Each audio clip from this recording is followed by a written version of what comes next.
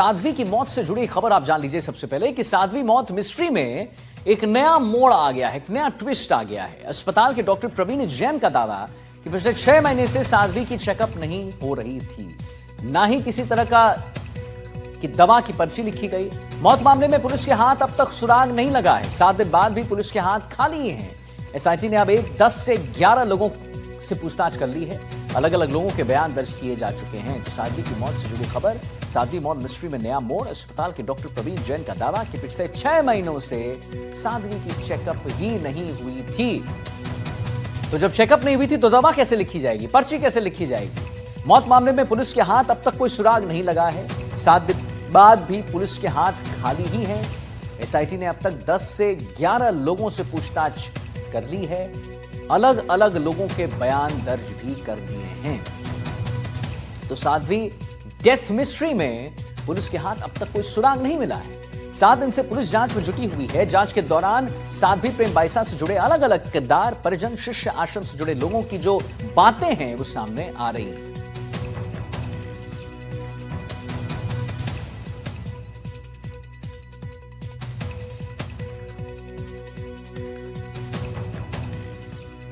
और इसी श्रृंखला में आगे बढ़ते हुए देखिए, साध्वी की मौत की जो तहकीकात है वो जारी है। ओम प्रकाश पासवान पुलिस कमिश्नर जो हैं, छवि शर्मा एसीपी जो हैं, इनका क्या कुछ कहना है, ये जरा आपको सुनाते हैं। एफएसएल की जांच रिपोर्ट का वेट है और उन्होंने कहा है कि इसमें कुछ समय लगेगा, परंतु उसके बीच में जो टेक्निकल एनालिसिस है, वहाँ पे जो आई विटनेसेस मौजूद थे, उनके साथ पूछताछ और उनके बयान लेना और उनके सोशल मीडिया को खंगालना, जिसमें वो हॉस्पिटल में गई थी, उस समय वहाँ पे जो उनके ब्रदर्स हैं उनको संकलित करना, उनसे चर्चा करना, ये सारी कार्रवाइयाँ की जा रही हैं। और सारे जो एविडेंस हैं, सर्कमस्टेंशियल एविडेंस हैं, उनको मिलाने की कोशिश की जा रही है, जिससे कि हम किसी निष्कर्ष पर पहुँच पाए। परंतु अंततोगत्वा निर्णय तभी आ पाएगा जब एफएसएल की रिपोर्ट प्राप्त होगी। अभी जो हमारी इन्वेस्टिगेशन की जांच की जो प्रोसेस है वो चालू है। हमने जो टेक्निकल डिटेल्स विभिन्न तरीके के प्राप्त किए हैं, उनका एनालिसिस चल रहा है। उनके आधार पे और टेक्निकल डिटेल्स को डेवलप किया जा रहा है और संबंधित विभागों से प्राप्त किए जा रहे हैं। इसके अतिरिक्त जो सैंपल्स वगैरह प्राप्त किए गए हैं, उनको संबंधित विभागों में जमा कराया गया है। और बाकी जो इस सारे घटनाक्रम में जो संपूर्ण और लोग भी जो इन्वॉल्व थे, जिन्होंने देखा, उन सबके स्टेटमेंट्स अगर जो है वो लिए जा रहे हैं। मेडिकल हिस्ट्री की जानकारी ली जा रही है। साध्वी की मौत को 7 दिन बीत गए हैं, लेकिन अब तक उलझने जो हैं बरकरार हैं। विसारा रिपोर्ट का इंतजार किया जा रहा है ताकि मौत की वजह साफ हो सके। उधर साध्वी के मोबाइल फोन में कुछ अहम राज हो सकते हैं, मगर साध्वी के पिता फोन का पासवर्ड ही नहीं बता रहे और इसीलिए शक की जो सुई है उनकी तरफ इशारा कर रही है। एक रिपोर्ट देखते हैं। मौत के 6 दिन बाद सस्पेंस बरकरार। विसरा रिपोर्ट का इंतजार, मौत का गहराता रहस्य। अब भी वही सवाल, कैसे हुई साध्वी की मौत? साध्वी प्रेम बाइसा की मौत को 6 दिन बीत गए हैं, लेकिन सवाल अब भी वही है, आखिर साध्वी की मौत हुई कैसे? 3 अहम चीजें हैं जो इस मौत की गुत्थी को सुलझा सकती हैं। साध्वी का फोन, मौत से पहले खाए खाने के सैंपल और सबसे आखिर में विसरा रिपोर्ट, जिसका सबको इंतजार है। अब सवाल यह है कि क्या साध्वी के मोबाइल फोन में छिपे हैं ऐसे राज जो इस रहस्य से कर सकते हैं पर्दाफाश? ये सवाल इसलिए भी उठ रहा है क्योंकि साध्वी के पिता साध्वी के फोन के पासवर्ड बताने से कतरा रहे हैं। साध्वी के पिता साध्वी के सिर्फ पिता ही नहीं थे, उनके गुरु भी थे। लिहाजा साध्वी की हर गतिविधि की जानकारी उनके पास होनी चाहिए, ऐसा अंदाजा लगाया जा रहा है। लेकिन साध्वी के पिता पासवर्ड क्यों नहीं बता रहे? ये बात शक पैदा कर रही है और साध्वी के पिता को कटघरे में खड़ा कर रही है। सेवादार के मुताबिक साध्वी की तबीयत बिगड़ने से पहले जो दाल उसने खाई थी वो साध्वी के पिता ही उसके कमरे में लेकर गए थे। तो क्या दाल में कुछ मिलाया गया था? अब सवाल ये है कि दाल में कुछ मिलाया गया था तो किसने मिलाया, सेवादार ने या साध्वी के पिता ने? और तीसरी और सबसे अहम चीज, विसरा रिपोर्ट, जिसके सामने आने के बाद मौत की असली वजह पता चल सकेगी। अस्पताल में पोस्टमार्टम के दौरान मेडिकल टीम ने जो विसरा लिया था उसे जांच के लिए भेजा हुआ है। एनडीटीवी ने डॉक्टर से बात करके ये पता लगाने की कोशिश की कि आखिर पोस्टमार्टम रिपोर्ट के बाद विसरा रिपोर्ट आने में कितना वक्त लगता है। प्रिलिमिनरी रिपोर्ट बना दी जाती है डॉक्टर्स के द्वारा, उसके बाद फिर जो कंफर्मेशन जो है, जो फाइनल जो रिपोर्ट है वो एफएसएल की रिपोर्ट के आने के बाद दी जाती है, जिसमें कई बार महीना भर, कई बार 2 महीने भी लगते हैं, क्योंकि जेनेटिक्स जो स्टडी है, एडवांस कोई स्टडी के लिए मान लो हायर जैसे जयपुर या दिल्ली भेजा जाए कुछ केसेस में, तो उसकी रिपोर्ट आने में कुछ देरी हो सकती है। लेकिन इनकी जैसे ब्लॉक्स बनाना, इनको फिर केमिकल स्टेनिंग करना, 1 महीने में लगभग रिपोर्ट्स आ जाती हैं एफएसएल से। कुछ केसेस में 3 महीने या 6 महीने भी लगते हैं।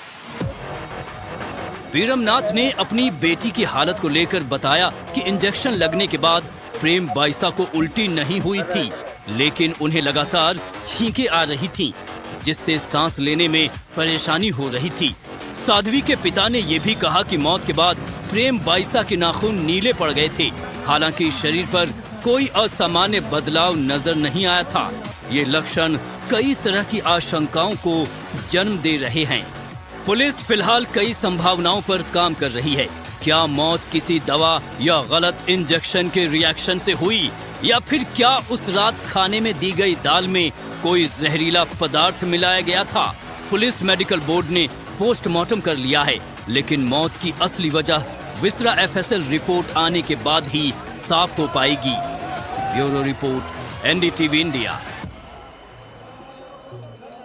पूर्व एमएलए बलजीत यादव की आज कोर्ट में पेशी है। पूर्व विधायक बलजीत यादव की कोर्ट में पेशी हो गई है। देर रात ईडी ने तलब किया था, बलजीत यादव को गिरफ्तार किया था। विधायक का निधि फंड घोटाले के आरोप में गिरफ्तारी हुई है। स्पोर्ट्स किट खरीद में 3.72 करोड़ के घोटाले का आरोप है। 3.72 करोड़ रुपए। स्कूलों में फर्जी फार्म में टेंडर लेकर घोटाले का आरोप है। अलवर के स्कूलों में घटिया खेल सामग्री सप्लाई का आरोप है। सहपाठियों सहयोगियों की जो फर्मों को टेंडर देने का आरोप है। यहां पर बहरोड से निर्दलीय विधायक रहे हैं बलजीत यादव। तो पूर्व एमएलए बलजीत यादव की आज कोर्ट में पेशी।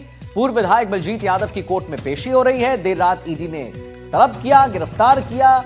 बलजीत यादव को गिरफ्तार किया गया। विधायक निधि फंड घोटाले के आरोप में गिरफ्तारी हुई है। और हम आपको जरा बता दें, आंकड़ों की बात बताएं, 3.72 करोड़ के घोटाले का आरोप लगा है।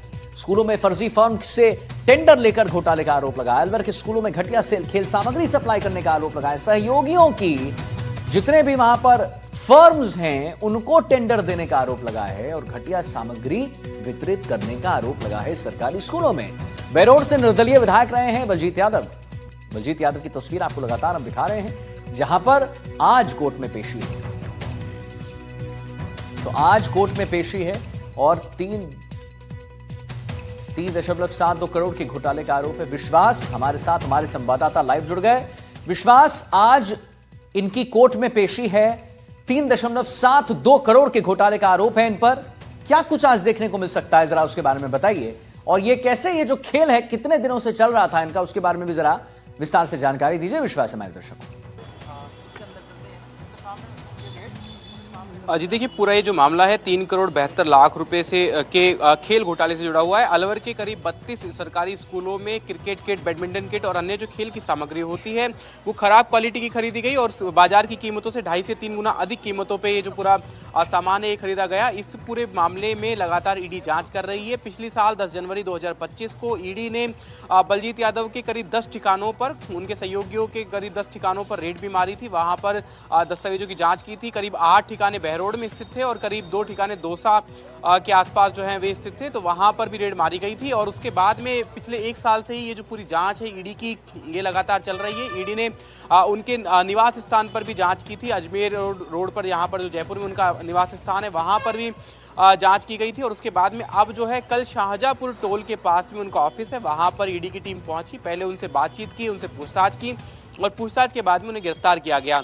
जी। अभी हम उसी कोर्ट परिसर में खड़े हैं। यहाँ पे विशेष अदालत में उन्हें पेश किया जाना है। अभी कुछ ही देर में ईडी की टीम उन्हें यहाँ पर पेश करेगी। इसके बाद में देखना होगा कि क्या कुछ आरोप उन पर तय किए जाते हैं और कितने दिनों की रिमांड जो है वो ईडी की टीम मांगती है और उसके बाद में कोर्ट के क्या डायरेक्शंस आते हैं ये देखना होगा। लेकिन ये पूरा मामला जो है विवादित और चर्चित अब लगातार बना हुआ है, क्योंकि विधायक निधि फंड से भ्रष्टाचार का एक और ये पूरा मामला है। जिस तरीके से पहले भी कुछ विधायकों पर विधायक निधि फंड से भ्रष्टाचार के मामले पे आरोप जो है लगातार लगते रहे हैं और उसी बीच में अब ये जो बड़ा खुलासा, बड़ी जो कार्रवाई है ईडी की ओर से की गई है, इसको लेकर के लगातार अब सवाल खड़े हो रहे हैं कि किस तरीके से विधायक निधि का जो फंड है, जिसका काम विकास करवाना है, जिसका इस्तेमाल क्षेत्रों में विकास कार्य के लिए होना चाहिए, उनका लगातार दुरुपयोग किस तरीके से हो रहा है, भ्रष्टाचार में उनका किस तरीके से चीजें जो है वो सामने आ रही हैं। अब ये देखना होगा कि कोर्ट में आज क्या कुछ होता है कार्रवाई के दौरान और कितने दिनों की रिमांड मिलती है और क्या कुछ ईडी जो है आरोप तय करती है। लेकिन फिलहाल जो है बड़ी कार्रवाई हुई है और काफी सुर्खियों में चर्चित भी ये रहे। 2018 में जब ये चुनाव जीते थे, निर्दलीय